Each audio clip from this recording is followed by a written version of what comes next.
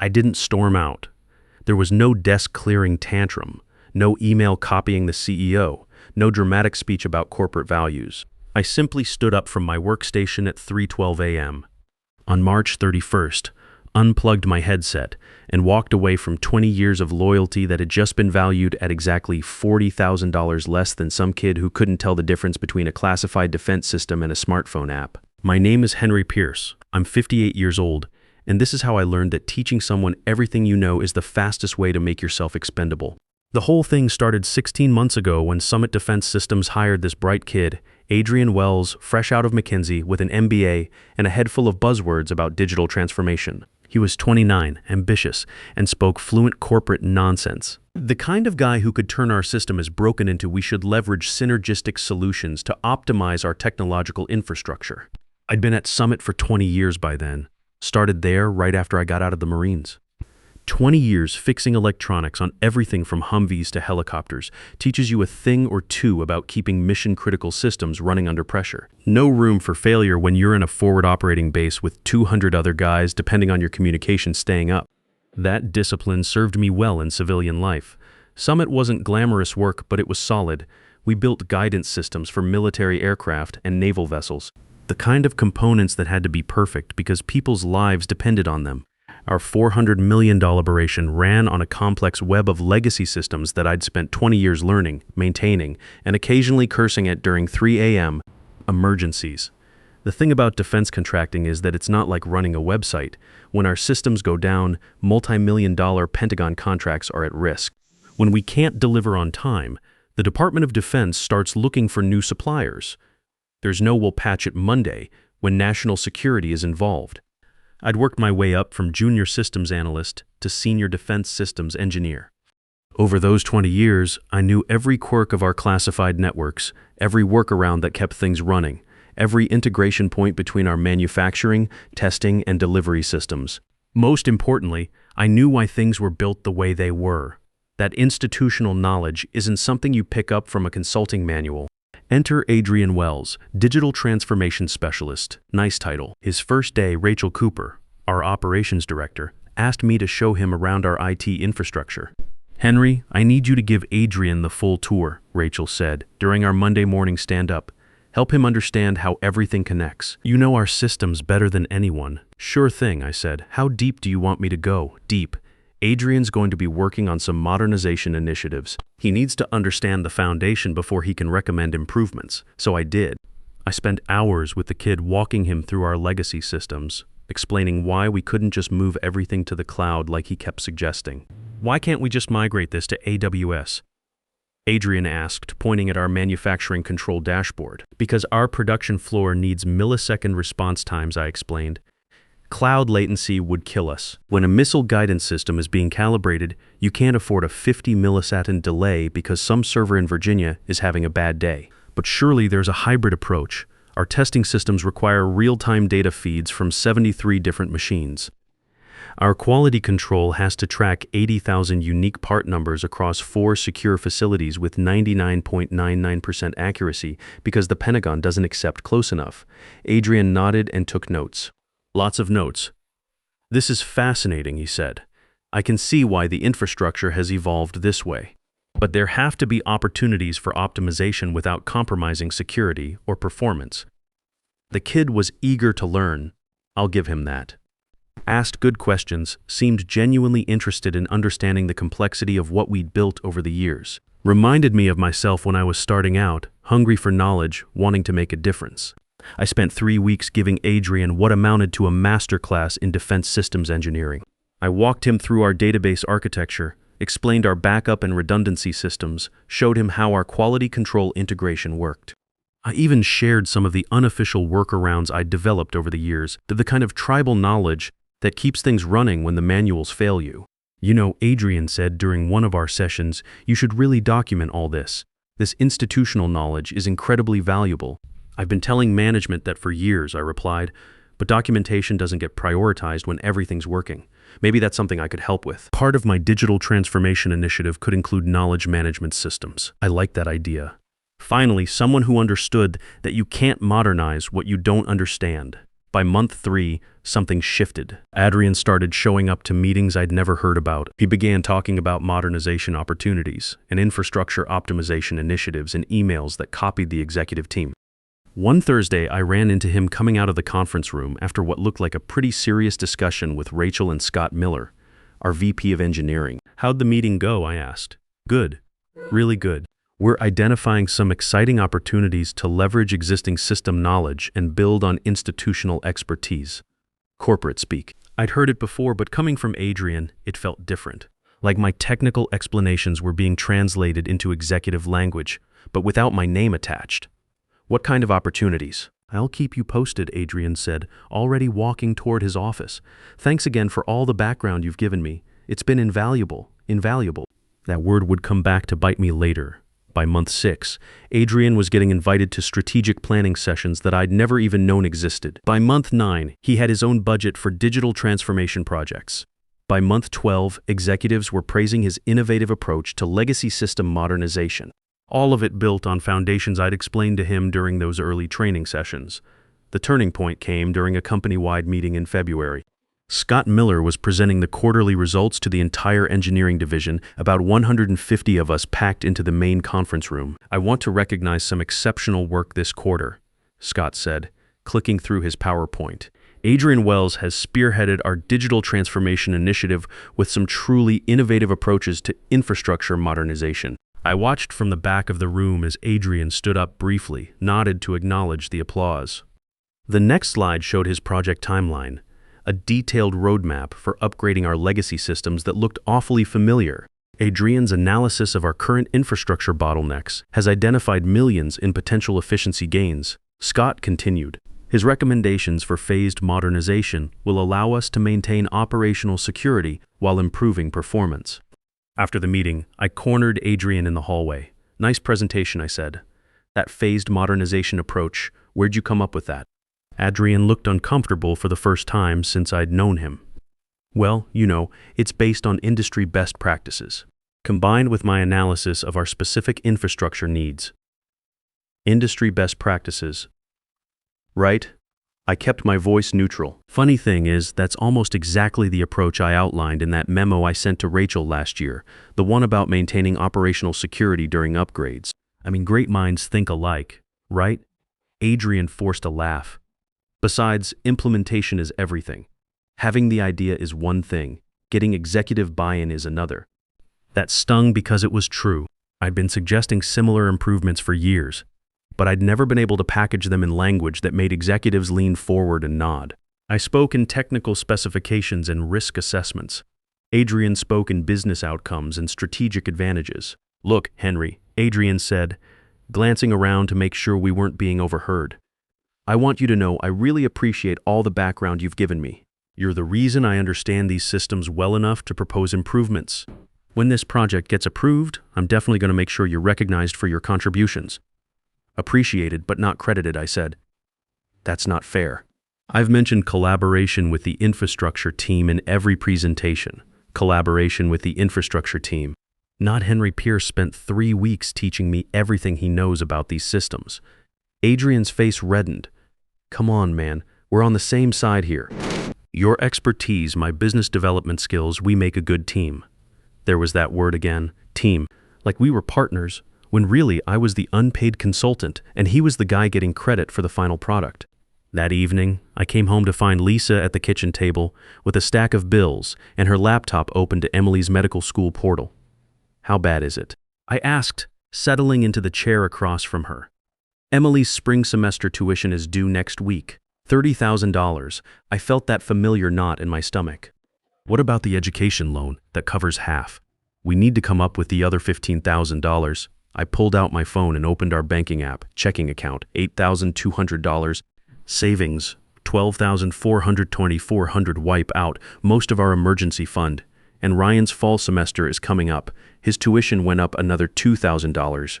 Lisa had that look on her face, the one she got when she was trying to solve a problem that didn't have a good solution.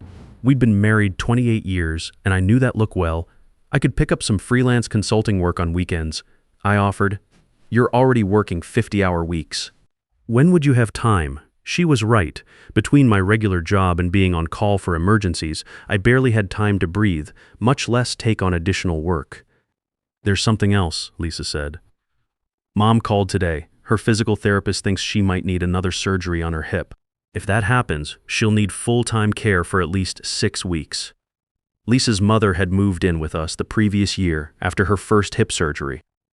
Lisa had cut her teaching hours in half to help with her care, which meant we'd lost about $18,000 in annual income. If her mother needed another surgery, Lisa might have to take unpaid leave. "We'll figure it out," I said, but I wasn't sure how.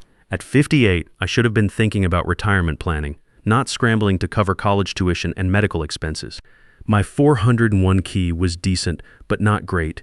Too many years of prioritizing immediate family needs over long-term savings.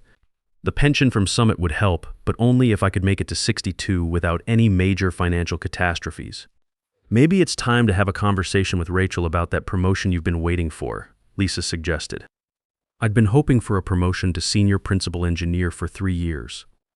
It would mean a $15,000 salary bump and better positioning for my final few years before retirement. But every time the position opened up, it seemed to get filled by someone with an MBA and a talent for PowerPoint presentations. "I'll talk to her next week," I said. The next Monday, I made an appointment with Rachel to discuss my career development. I'd prepared a list of my contributions over the past year, including the infrastructure improvements that Adrian had packaged into his digital transformation initiative.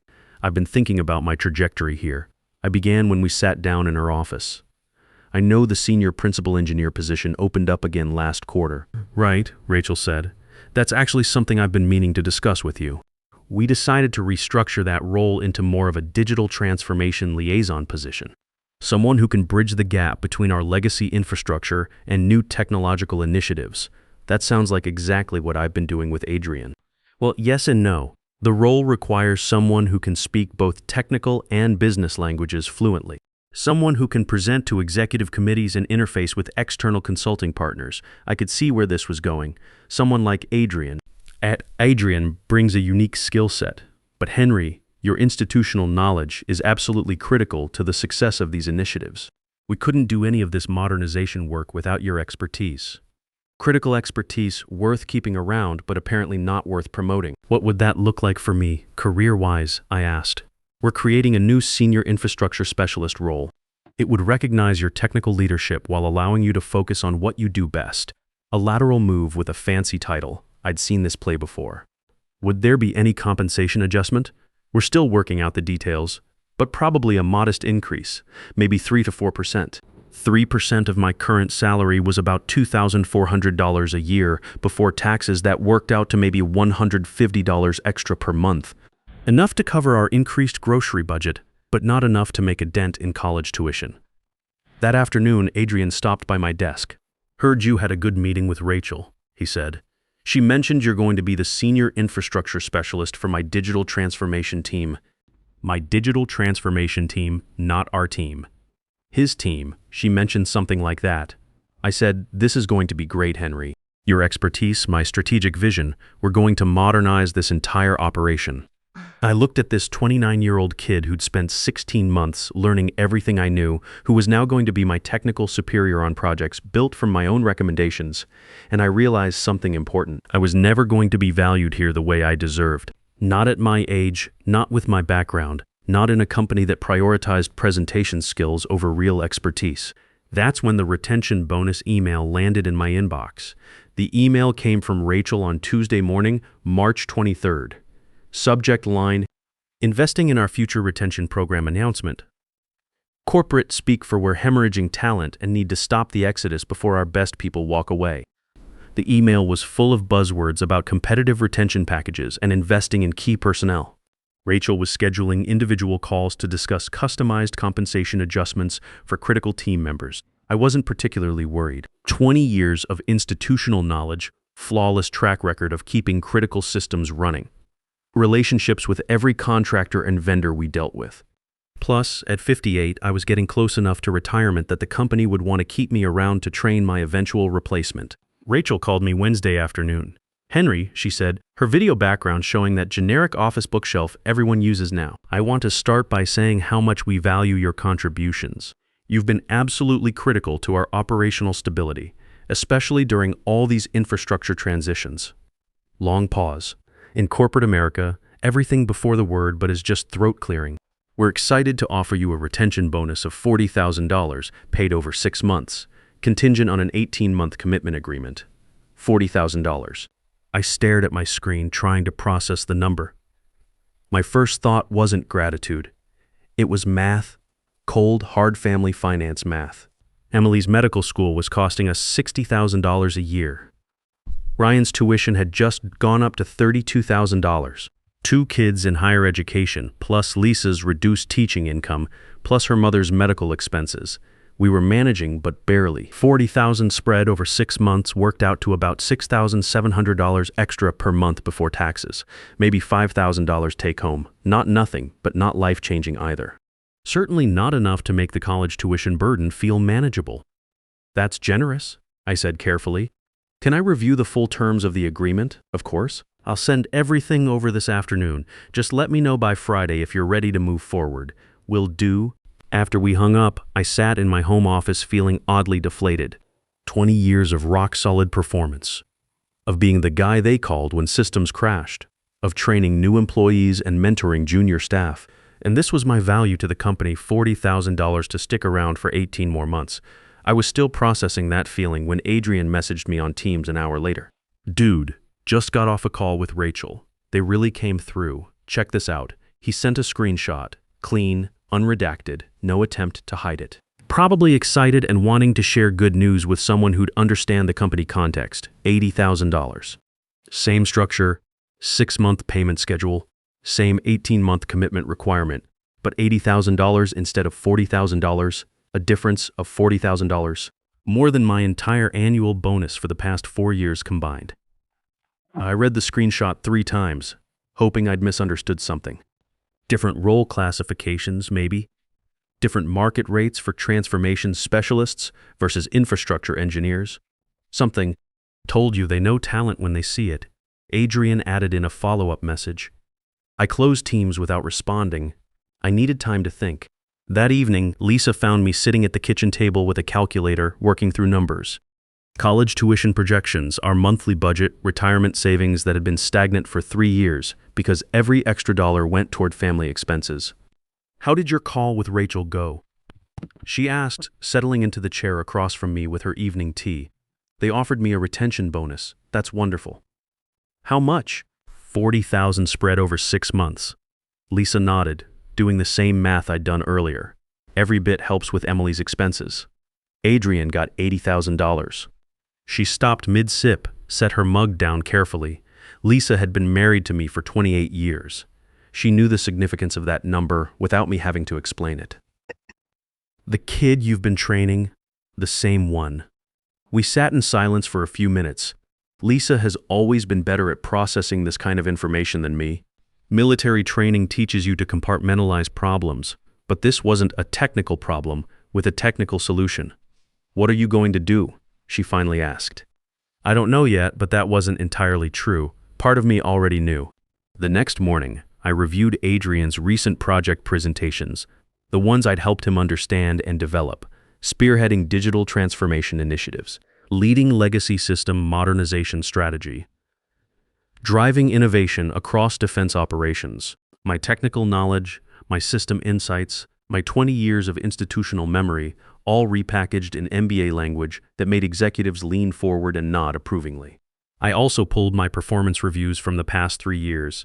Consistently exceeds expectations. Critical to operational stability. Prevents costly downtime through proactive system maintenance. Invaluable institutional knowledge. Go-to person for complex technical challenges. Invaluable institutional knowledge worth $40,000, MBA presentation skills worth $80,000. The math was pretty clear. Thursday night came faster than I wanted. Fiscal year-end was always our highest stress period. Our biggest Pentagon contract, a $75 million guidance system project, had final deliverables due by midnight Friday. 3 days of round-the-clock operations, everything running at maximum capacity, no room for error. I'd worked every major deadline for the past 15 years, not because I was officially on call, but but because I was the one person who could diagnose and fix problems fast enough to keep us on schedule. It had become an unspoken expectation. Henry will handle whatever comes up. Lisa kissed me goodnight at 11 p.m. Try to get some sleep before the chaos starts, she said. I will. At 11:47 p.m., I got the first alert. Database synchronization between our primary systems and backup servers was lagging. Not catastrophic yet, but trending in the wrong direction. The kind of early warning that if you catch it fast enough, stays invisible to everyone except the person watching the monitors. By midnight, data processing had slowed by 20%. Quality control reports were taking 4 minutes longer per batch. Doesn't sound like much until you multiply it by 15,000 components that needed final inspection before delivery.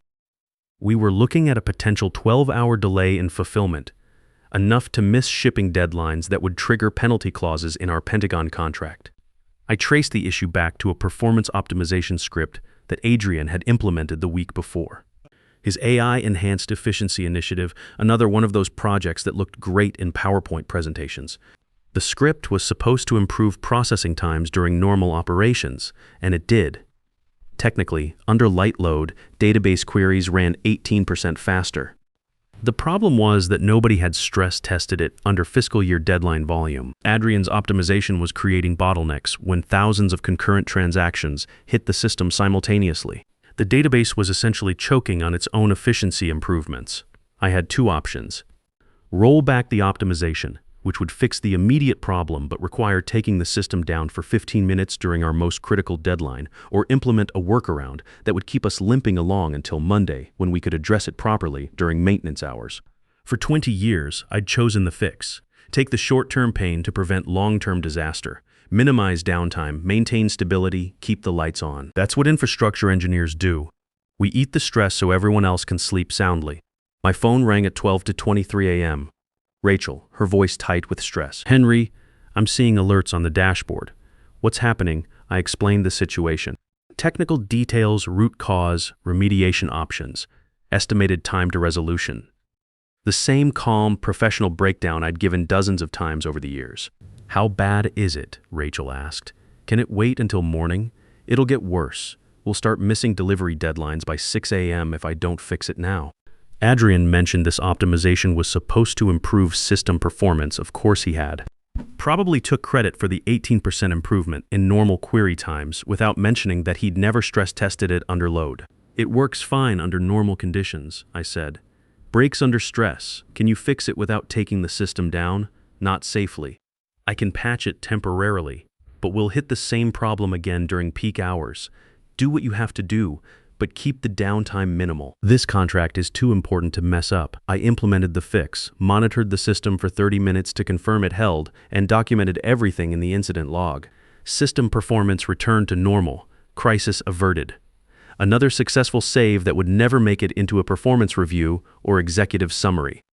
At 2:15 a.m., Adrian sent me a Teams message. Heard there was some excitement tonight. You got it handled? Like he was checking on a basketball score. Casual, detached, completely disconnected from the 3 hours of stress I just endured to fix his broken code. Fixed, I replied. Awesome. That's what I told Rachel when she called that you'd take care of it. We make a good team, man. That word hit me like ice water. The royal we that takes ownership of success while delegating the actual work to someone else. Jonathan had told Rachel that he would take care of the crisis, using the collective we to claim responsibility for work he couldn't do, problems he couldn't solve, expertise he didn't possess. At 2:47 a.m., another alert fired. Different system, same underlying issue. Adrian's optimization script was creating cascade failures across multiple database connections. The warehouse management system was struggling to sync with inventory controls. Our quality control dashboard was showing timeout errors. 3 critical systems, all choking on the same improvement that had looked so good in testing. I had the same 2 options as before. Implement individual patches for each affected system, or roll back Adrian's entire optimization package and take everything down for 15 minutes during our busiest deadline of the year. I sat at my workstation looking at the error logs, thinking about that Teams message. We make a good team. Thinking about performance reviews that praised my institutional knowledge while paying me $40,000 less than the person who'd broken the system I was fixing. Thinking about 20 years of 3 a.m. Phone calls and weekend emergencies and holiday coverage that had somehow been valued at half what a 29-year-old consultant was worth. The Marines taught me about duty, about mission-critical systems, and the responsibility that comes with keeping them running. But they also taught me about leadership, about recognizing when a command structure is fundamentally broken. When leadership decisions consistently prioritize appearance over substance, flash over competence, presentation skills over actual ability to perform under pressure, the system becomes unsustainable. I could fix this crisis. I could patch these systems, implement workarounds, keep everything running through the deadline. I could work another 20 hours straight to clean up the mess that Adrian's $80,000 optimization project had created. And on Monday morning, he'd probably get thanked for his proactive performance improvements while I'd get another incident ticket in my queue. At 3:12 a.m., I made a different choice. I stood up from my workstation, unplugged my headset, left my laptop open with alert notifications still firing across the screen, walked out of my home office, and closed the door behind me. For the first time in 20 years, I let someone else's problem stay someone else's problem. Lisa found me in the kitchen an hour later, sitting at the table with a cup of coffee, staring out the window at the empty street. "Can't sleep?" she asked. I walked away. She sat down across from me, still in her bathrobe, 28 years of marriage, and she could read my face better than any diagnostic screen. From the crisis? From all of it. By 6 a.m. Friday, my phone had 47 missed calls.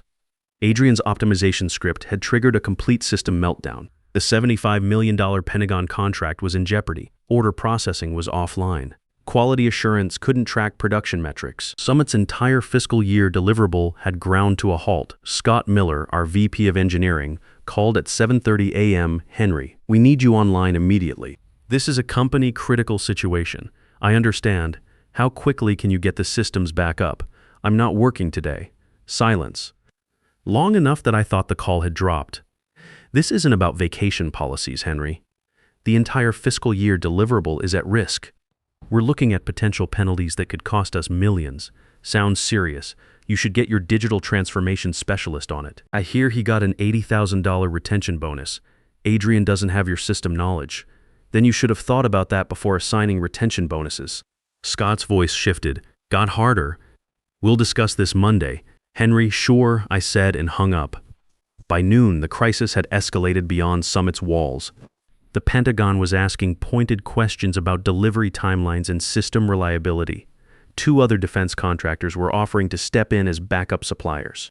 Summit's stock price dropped 8% on rumors of operational problems and contract delays. Rachel called at 2:30 p.m. Her voice was strained, exhausted. "Henry, we need to talk. I'm listening. What's it going to take to get you back online?" Finally, the question someone should have asked 20 years ago. Compensation that reflects actual value instead of presentation skills. Recognition that 20 years of experience has worth. A structure that doesn't punish competence while rewarding corporate theater. I can't make compensation changes over a weekend.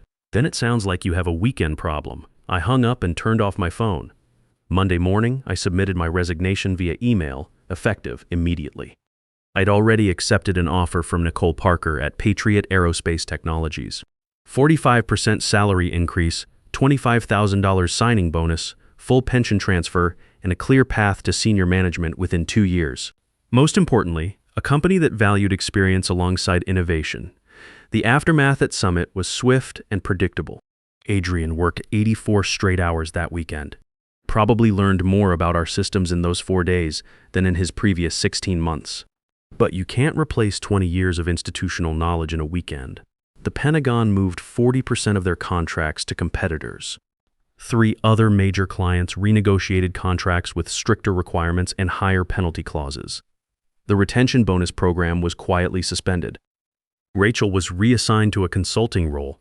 Scott survived, but barely. Adrian lasted 6 more months. He wasn't incompetent, just inexperienced and overconfident. Last I heard, he's at another consulting firm, probably teaching companies about digital transformation from the safety of PowerPoint slides. I've been at Patriot for 8 months. They promoted me to Senior Director of Defense Systems Integration. My team has 14 engineers. Emily finished her 3rd year with a 3.8 GPA. Ryan's starting his senior year next month. The financial stress isn't gone, but it's manageable now. Sometimes loyalty has to be mutual to be meaningful. A company that values your contributions at $40,000 while paying someone else $80,000 for recycling your work isn't a place that deserves your best efforts. Walking away at 3:12 a.m. wasn't about ego or revenge. It was about finally understanding my worth and refusing to accept anything less. Sometimes the best career decision you can make is knowing when to stop solving other people's problems for free. Your experience has value. Don't let anyone convince you that knowing how to do the job is worth less than knowing how to talk about doing the job.